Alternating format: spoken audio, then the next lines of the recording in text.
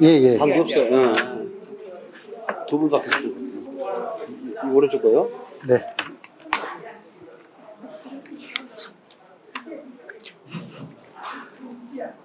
안녕하십니까.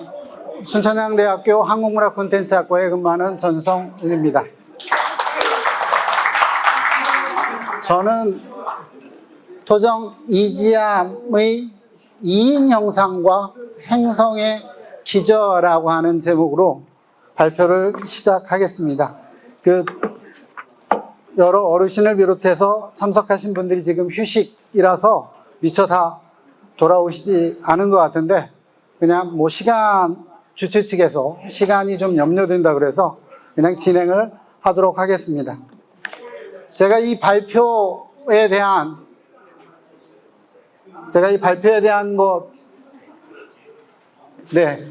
수락을 하고 오늘 이 자리에 와서 발표를 들으면서 발표를 하려고 하다 보니까 내가 이 발표를 3번째 왜 했을까?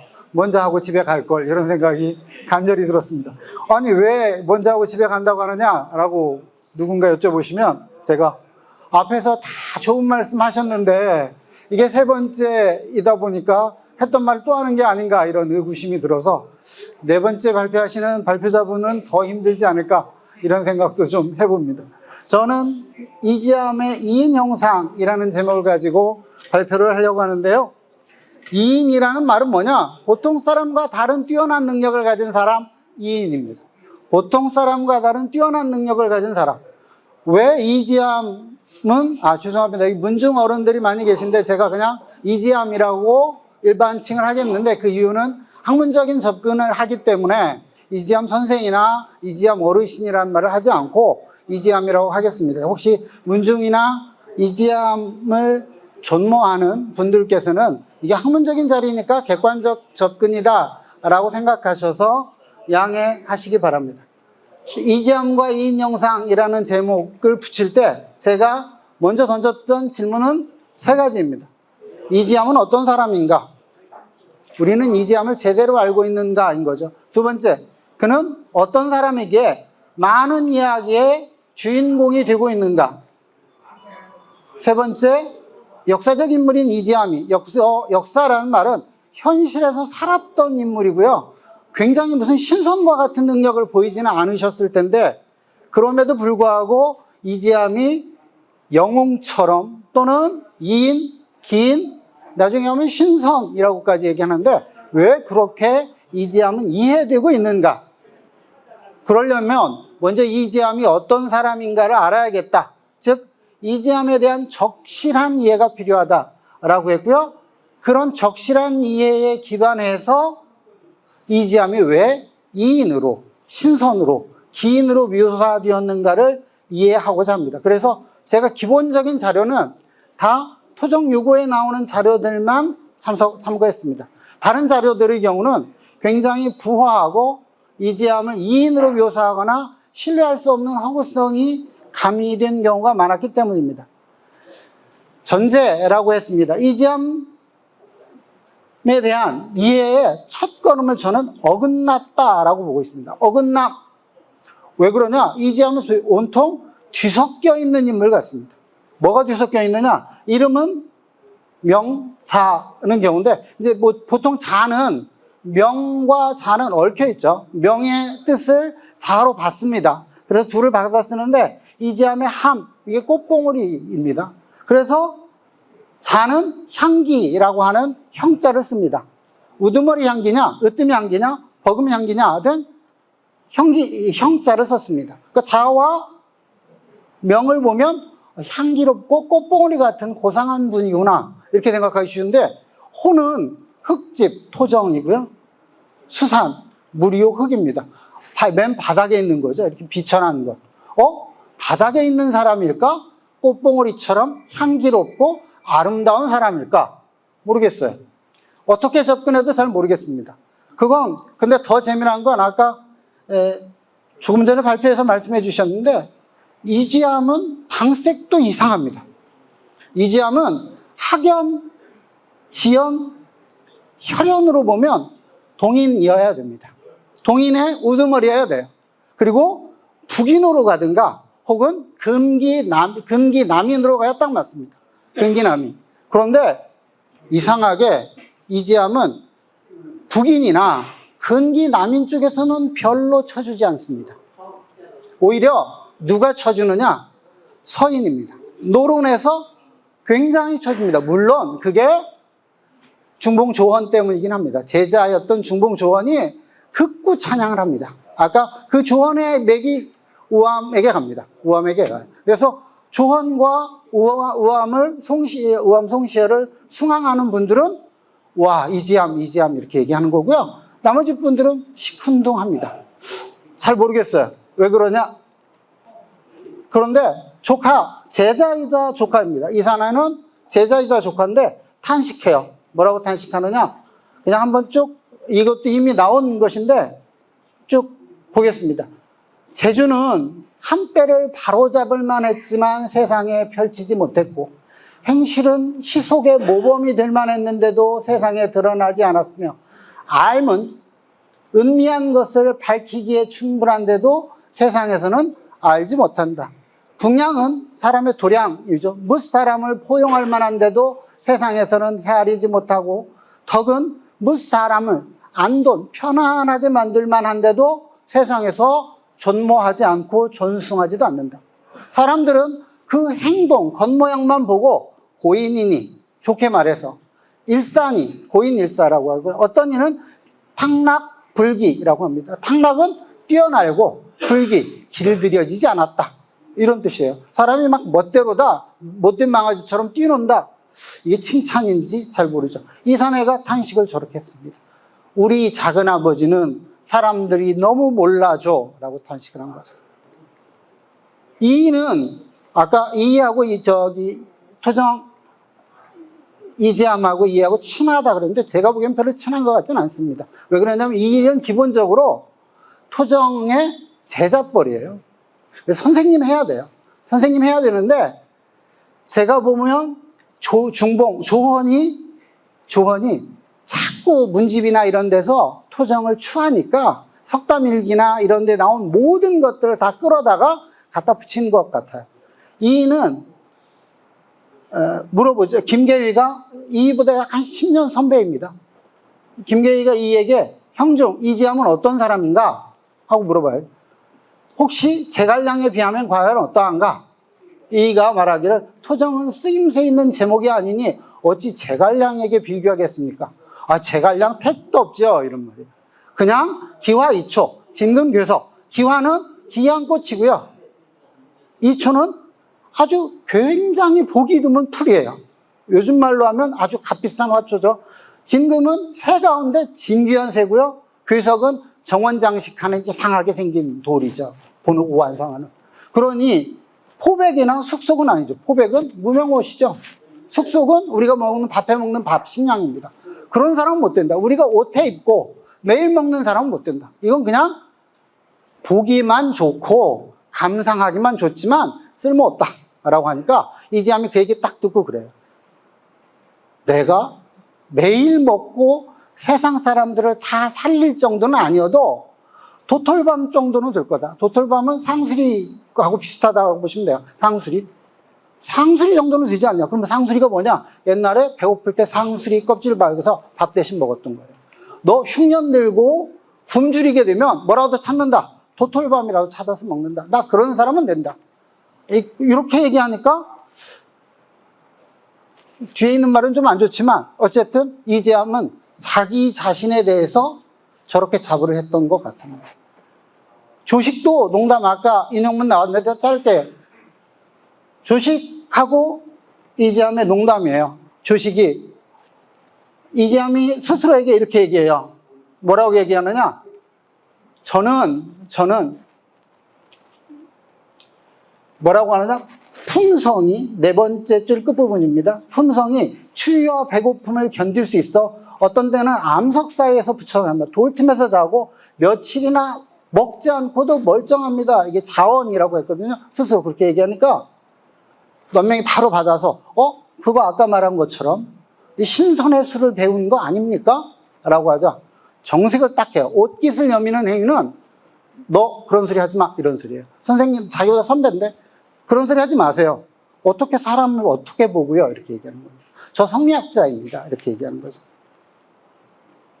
이규경이 근데 동시대 사람은 저랬는데 이규경에 가면 어떻게 하느냐, 이규경, 오주연문, 장전상국 뭐 이런 데 가보면 이지암은 복귀문답이라고 하는 도가의 수련법 책을 썼대요. 그리고 저 밑에는 스승의 전수 없이 여러 책에 흩어나오는 것을 가지고 도교, 도선이라고 합니다. 도맥을 이었다라고 말을 해요. 이규경쯤 오면요. 이규경쯤 오면 뭐라고 생각하느냐? 아, 이 사람은 도가의 사람이다라고 하는 것입니다. 왜 그렇게 되는지 모르겠어요. 처음에는, 그리고 본인은 나 성리학자야. 그런데 남들이 보면, 아, 쟤 모르겠어. 나중에 가면, 도교의 인물이네? 이렇게 변하는 거죠. 자, 본론입니다. 여기까지가 어긋남이라는 거였고요. 본론, 이해 출발선인데, 첫째, 아까 최 교수님께서 아주 잘 말씀해 주셨는데, 이지암은 성리학적 사유의 학문적 자장 속에만 존재했던 인물입니다. 본인은 절대로 도교 얘기 별로 안 했어요. 아, 물론 장자의 말을 많이 끄집어 왔어요. 장자의 말을 많이 끄집어 왔는데 그렇다고 해서 도교는 아닙니다. 예를 들면 제가 에덴의 동산 아담 이브 얘기한다고 해서 제가 기독교인이냐? 그건 아니죠. 제가 무슨 대승기시론이나 무슨 미륵상생경이나 금강경 얘기한다고 불교 믿느냐? 아닙니다. 그냥 알고 있는 거죠. 그러나 이지암은 본인이 분명하게 얘기해요. 나는 성리학자다. 나는 성리학자다. 특히 이지암은 송명의 성리학이 수용되어 철학적 사유와 이념 체계로 심화되는 때를 살았어요. 우리나라의 성리학이 본격적으로 들어와서 정착할 때 이지암이 살았어요. 딱 그러면서 이게 고도의 정신적인 측면으로 가기를, 이걸 나음순 계열의 이원론적 사기, 이기론적 사유로 가기 직전에 다양한 북송의 성리학자, 주도니, 장제, 소옹, 정호, 정의 등의 북송 5학자를 비롯한 그런 사람들의 사유가 다양한 방식으로 실험되고 고착화되기 전에 그런 시대를 살았던 인물입니다. 그래서 이지암 이해하려면 어떻게 해야 되느냐? 그럼 어떻게 이해해야 되죠? 저는 딱 두 가지예요. 사대부고요. 사대부이고요. 수기와 치인으로 이해해야 됩니다. 수기와 치인. 수기는 공부하는 거예요. 수기는 공부하는 거. 치인은 다스리는 거, 경세입니다. 두 가지 측면으로 이해해야 되고 성리학자로 이해해야 된다라고 생각합니다. 그러면 저는 치인 부분은 오늘 얘기를 하지 않겠습니다. 너무 길어지니까. 수기 얘기할 때 수기는 어떻게 하느냐? 이지암을 딱 규정할 때 학문은 하매 주경국리, 선생위학, 상이 주경국리 위주라고 했어요. 이도 그랬고요. 이산해도 그랬고요. 많은 사람들이 저 말 꼭 해요. 중봉도 그렇고. 선생은 학문을 함에 있어서 주경과 국리를 맨 앞서에 세웠다. 그러면 주경은 뭐냐? 국리는 뭐냐? 주인은 저렇게 얘기했어요. 주경으로 근본을 세우고 국리로 그 알을 진작한다. 더 확장하고 나아가게 한다라고 그랬어요. 그러면 주경국리는 이지암만의 사유냐? 아니요. 주경국리는 성리학자들의 보편적인 공부 방법입니다. 이지암만의 공부 방법은 아니고 이지암의 공부 방법은 좀 더 다릅니다. 첫 번째 이지암, 아까 과욕설 최 교수님께서 아주 곡진하게 잘하게 말씀해 주셨는데 과욕절에 대한 이야기인데요. 이게 이지암 자기 공부, 마음 공부의 핵심입니다. 이 전에 말씀해 드리는 것을 제가 발표문 원고에는 써놨습니다. 뭐라고 써놨느냐? 미발지심이라고 했어요. 미발지심. 이게 미발지심이 뭐냐? 천리와 인욕이 마음속에 같이 있습니다. 천리와 인욕이 함께 있어요. 그런데 이 마음이 외물, 밖에 있는 사물과 접촉하면 작용해서 일어나죠. 고요하게 있을 때를 정이라고 하고요. 가만히 있을 때를 정, 움직일 때를 동이라고 합니다. 정할 때 천리가 지켜지는 거고요. 외물과 동화에서 발할 때 인욕, 사람의 몸이 있으니까 사람이 원하는 쪽으로 가다 보니까 욕심이 발한다. 인간은 그럴 수밖에 없다. 꽃을 보면 와 곱다 하는 시간 욕심이 생기는 거예요. 와 꽃 보니까 곱네. 나 가져야지. 나 저거 좋아해야지. 그러면 어떻게 해야 되느냐? 고요하게 해라. 이게 고요하게 해라는 공부법을 정의 공부법이라고 부릅니다. 그걸 주정이라고 부릅니다. 주정. 그건 누가 했느냐? 서경덕의 제자 민순이 자신의 호를 습정이라고 했어요. 배울 습자에 고요할 정자. 정을 공부한다. 그러면 같은 서경덕의 제자인 이지함은 정이라고 말하지 않고 정으로 가기 전에 어떻게 해야 되냐? 욕심을 덜어내라. 네가 가지고 있는 욕심을 덜어내라. 욕심을 버려라. 인간은 욕심이 있죠.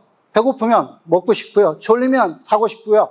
특히 예쁜 여자 보면 안고 싶고 사랑하고 싶고요. 자기는 좋은 거 보면 뭐 하고 싶고요. 이게 몸이 원하는 거예요. 몸이. 근데 사실 그 과정이 세 번째 줄에 있는, 아니, 두 번째 줄 끝부분부터인데 굉장히 어려운 말이지만 추상적인 말이에요. 우리의 욕심은 덜어낼 것이 없으면 마음이 비워지게 된다. 텅 비게 된다. 고요하듯이 텅 비게 된다. 그게 허입니다. 그러면 신령스러워질 수 있다. 왜? 천리를 그때 만날 수 있으니까. 그러면 명하게 된다. 밝게 된다 이 말이에요. 모든 거에 어둡거나 자기의 욕심에 가려지는 게 아니라 명하게 되고 그 명으로 가득 채우면 성하게 되고 이때가 바로 도이고요. 이게 바로 중이다. 이 중의 상태에서 물건을 접속해서 만나면 제대로 갈 수 있다. 그런데 문제는 그 뒤가 있어요. 그 뒤가 중화는 그래서 공의 아버지고 세상에 공정하고 모든 것이 태어나는 것의 어미니 그래서 순순하고 호하게 된다. 이 부분은 제 발표문에 제가 써놨으니까 나중에 찾아서 읽으시면 되는 것 같아요. 그런데 문제는 사람의 몸은 육체가 있다는 거고 외부에는 사물이 있어요. 아무리 없애려고 해도 인간의 마음을 가지고 외물의 사물을 끊임없이 만나니까 다 욕심을 없앨 수가 없어요. 이지하면 나중에 그런 말이에요.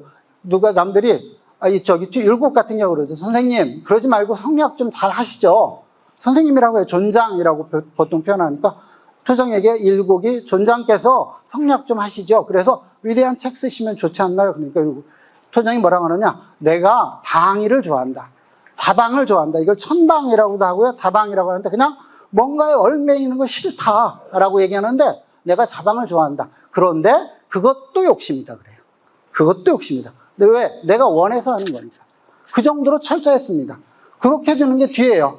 형기의 얽매인 즉 내가 있음만 알고 남이 있음을 모르고 남이 있음을 알아도 도가 있음을 모르게 돼서 물욕에 가리게 된다. 장적함이 많게 되고 욕심을 덜어내고자 해도 할 수 없게 된다. 맹자가 말한 과욕이란 그런 거다 이렇게 말하는 거죠. 두 번째 이걸 어디로 노래를 했느냐. 아까도 자꾸 제가 최 교수님하고 이렇게 겹쳐서 죄송하긴 한데 도정절 이게 도연명입니다. 도정절이 도연명의 귀거래사를 번떴다 그러는데 도연명의 귀거래사하고는 전혀 다른 노래입니다. 도연명의 귀거래사는 내가 원래 이따위 벼슬 싫었어. 돈 없어서 벼슬 하지만 나 집에 갈래 하고 짐 싸고 있는데 우리 노이 동생 죽었다는 소리를 딱 듣고 안 되겠다 바로 가자 하고 떠나면서 남겨놓은 게 귀거래사예요. 나 벼슬 싫었는데 가난해서 어쩔 수 없이 했어. 짐이나 쌀까 정리할까 그러는데 동생 죽었대. 그래 잘됐다 조문도 해야 되고 싹 가면서 쓴 게 귀거래사인데 그러면서 그래요. 우리 시골집 작고 불편하고 힘들지만 나는 그 속에서 시도 쓰고 풀도 메고 국화도 심고 산도 보고 이러면서 살 거야. 이게 도연명인데 이지함의 경우는 딱 돌아가야지 라고 하면서 안택이 넓고 넓은데 어찌 돌아가지 않으리. 이때 안택이 바로 뭐냐? 마음이에요. 욕심 없는 우리의 넓은 마음. 마음이 회회하니 어찌 돌아가지 않겠는가? 마음으로 돌아간다는 얘기죠. 마음이 몸에게 부려지는 것 아니니 초부시 심의 형역. 원래 마음은 천리와 인욕이 있으면서 몸에게 부림당할 것이 아닌데 우리가 마음을 가지고 사물을 접하고 그러면서 욕심이 생기니까 몸을 자꾸 고달프게 한다. 몸을 부린다. 처음에는 안 그랬는데 돌아가면 슬플 것도 기쁠 것도 없을 것이다 라고 하면서 마음으로 돌아갈 얘기를 해요. 그러면 뒤에 가면 맨 마지막 밝은 해 찬란하여 어둡지 않으리. 얼마나 좋습니까? 이게 세상에 밝은 해 찬란해서 어둡지 않은 지경 그런 경지 가보고 싶어요. 근데 육체로 돼 있어서 못 가죠. 사실 귀거래사를 차원했다라고 하는 작품만 가지고 이지함을 얘기하면 이지함을 정말 잘 이해할 수 있을 것 같아요. 근데 시간이 뭐 그렇게 많지 않으니까 제 원고에 있는 내용들을 보시는 게 더 좋겠다라는 생각이 좋습니다. 자, 그러니까 저렇게 수양하는 것입니다. 근데 여러분 북미의 공부는 자기 몸을 공부하는 것도 있고요. 또 하나는 뭘 공부해야 된다? 자기 몸 바깥에 있는 사물의 이치를 알아야죠. 그게 리입니다. 성리학의 성은 본성을 아는 거고요. 리는 세계에 존재하는 이치를 알아가는 것. 그러면 세계의 이치를 알아려면 어떻게 해야 되느냐? 방에 앉아서 책만 보면 되느냐? 아니요. 가서 부딪혀라. 실천해라. 부딪혀라. 뭘 책만 보고 어떻게 하느냐? 바닷물이 어떻게 들고 나는지, 땅이 어떻게 흐르는지, 별은 어떻게 움직이는지 봐라. 이지함은 딱 그렇게 겪어라. 그게 불고 돌아보지 마라. 뭘? 실패를, 좌절을 돌아보지 마라. 그는 처신하기를 확고히 하되 여색을 더욱 조심하였다. 이게 욕심이죠. 확고히 처신합니다. 자기 믿음을 가지고 욕심 덜어야지. 쭉 그러면서 얘기해요. 수령과 군수가 이름난 기생을 시켜 온갖 수단을 다해 시험해 보았지만 사실 이지함 정도 집안도 좋고 명망도 좋은 인물이 지방을 가면 수령들은 반드시 관기를 잠자리에서 넣어서 수청을 들도록 대접해야 돼요. 안 하면 조선시대는 그 관리가 나쁜 사람이에요. 손님 대접 못한 거예요. 근데 이지함은 그걸 다 거절해요. 다. 왜? 나는 여색을 경계한다. 함부로. 그러면서 열을 굶고도 견딜 수 있고 무더운 여름 절에도 물을 마시지 않고 초립 신고 남학신 신고 구부정에 다녀요. 더울 때는 더위를 참고 추울 때는 추위를 참고 졸릴 때는 잠을 참고 이거 욕심을 견디는 거죠. 극기의 자세로. 그래서 사람들이 저 미친놈 그럼 뭐라 그래요? 나 공부해. 이지함은 그랬을 거예요. 나 지금 공부 중이야. 남들의 시선 따위 아랑곳하지 않습니다. 저런 것도 그래요. 저런 것도. 저게 이지함의 묘이고요. 이지함 부친 묘가 있는 보령입니다. 주교묘 있는데 보령인데 아무리 봐도 여기 지금 제가 잠깐 올라가서 가르치겠습니다. 여기 지금 희미해 보이는데요. 이렇게 희미하게 보이는데 여기 지점이 제일 높은 지점에 이지함 선친의 여기 집안 어르신이 계신데 선친의 묘소가 있어요. 제일 높은 지점에. 그리고 그 아들의 이제 자드식 손자들 묻은 쪽인데 이게 사실은 좌청룡 500호처럼 이렇게 살짝 감쌌죠. 골짜기처럼. 살짝 감쌌습니다. 그리고 저게 금남정맥의 한 지류로 금남정맥이 여기서부터 이렇게 쭉 오는 지류로 쭉 오다가 여기서 딱 끊겨요. 끊기고 서해바다 봅니다. 그리고 그 앞쪽에 이게 안산이 세 개가 나란히 있어요. 안산. 요 자리에서 명당이라고 합니다. 요 자리에서 명당. 기본적인 거, 북량도에. 근데 문제가 생겨요. 바다에 너무 갔다 보니까 조선시대 해수면은 훨씬 높았고요. 바닷물이 아마 여기까지 들어갔을 거예요. 조선시대 해수면이 높았으니까 여러분 보령에서 주교면 사시는 분들은 알 거예요. 거기 궁안마을이라고 하는 지역까지 조선 후기에 간척을 했을 정도예요. 주민센터 근처까지 다 물이 들어갔을 정도여서 뭐 당연히 여긴 지금은 논이지만 다 바다죠, 이런 데. 당연히 이 바닷물이 이렇게 들이쳤을 거예요. 이렇게. 그러면 물을 어디서 막아야 되느냐? 여기서 막든, 아니면 이렇게 들이치는 물을 여기서 막든 했을 거예요. 자기가 보면 안 돼요. 근데 특히 어떤 물이 좀 안 좋냐? 이 물이 안 좋아요. 여기 물 보이시죠? 이 물이 여기를 쳐요. 그래서 서쪽에서 이게 살통이 분다라고 하는데 바람이 이렇게 탁 치면 이쪽을 때려요. 좋을 일 없죠. 다 좋은데 기가 응축되어 있다는 점은 다 좋은데 저쪽 바람이 치면 저쪽에서 오는 우리나라 특히 서북풍 치면 좋은 명당이라고 할 수가 없어요. 그러니까 이지함이 알았겠죠. 어디를 땜빵을 해야 된다. 어디를? 이걸 비보풍수라고 하는데 땜빵을 하긴 해야죠. 어디를 땜빵을 하느냐? 제일 약하게 치는 이쪽을 어떻게 보강을 해야 되겠다. 바닷물을 못 들어오게. 그러려면 여기를 막거나 아니면 여기를 막거나 가깝게 여기는 조금 막으면 돼요. 여러분 조선시대 간척은요. 조금하고 지금하고 다르겠죠. 조그만 배예요. 거기다가 돌 싣고 가봐야 밀물 들어올 때 한번 밀면 싹 없어져요. 그런데 이제 뭐 해본다? 해본다라는 거예요. 나는 한다. 되든 안 되든 그건 어디에 달려있고 하늘에 달려있고 나는 내 할 일을 한다. 노란색을 막든 빨강색을 막든 파란색을 막든 하겠다.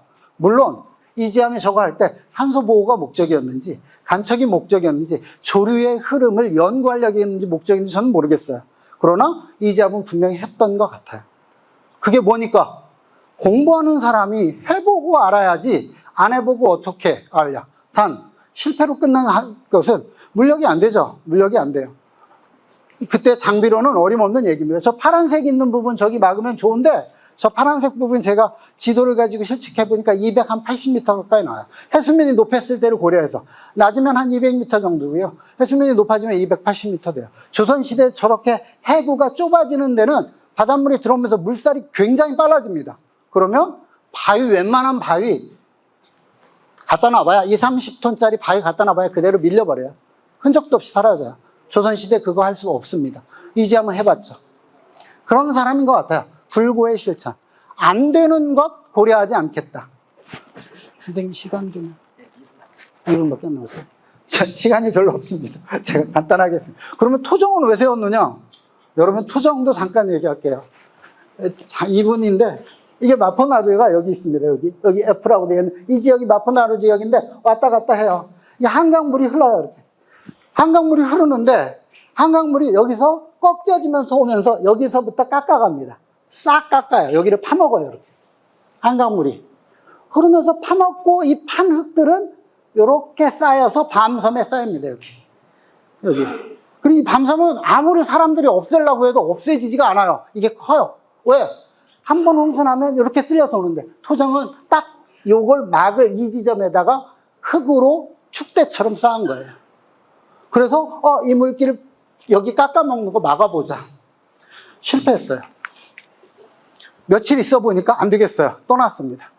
물론 저기 머물면서 물길의 흐름도 보고요. 밤이면 천문도 관측했을 겁니다.